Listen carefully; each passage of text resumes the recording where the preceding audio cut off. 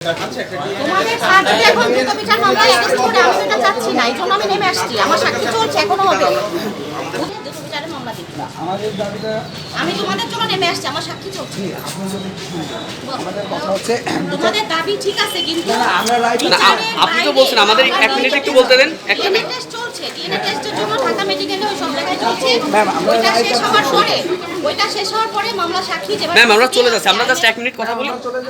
আমাদের কথা হচ্ছে বিচার কার্য চলমান, এই প্রক্রিয়াটা আমাদের সামনে একটু দৃশ্যমান। এটা দৃশ্যমান করা সম্ভব না।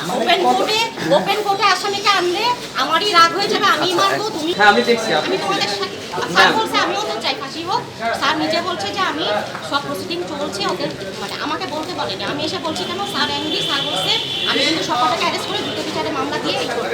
এটা আমার খারাপ লাগছে। আমাদের বেলায় দ্রুত বিচার হবে আর দর্শকের বেলায় অনেক লেট ডিলে হবে। না না, ডিলে হচ্ছে না। এইটাই তো আপনার পয়েন্ট অফ ভিউ এটাই বলছি। মুখে ভাসলে তো হবে না।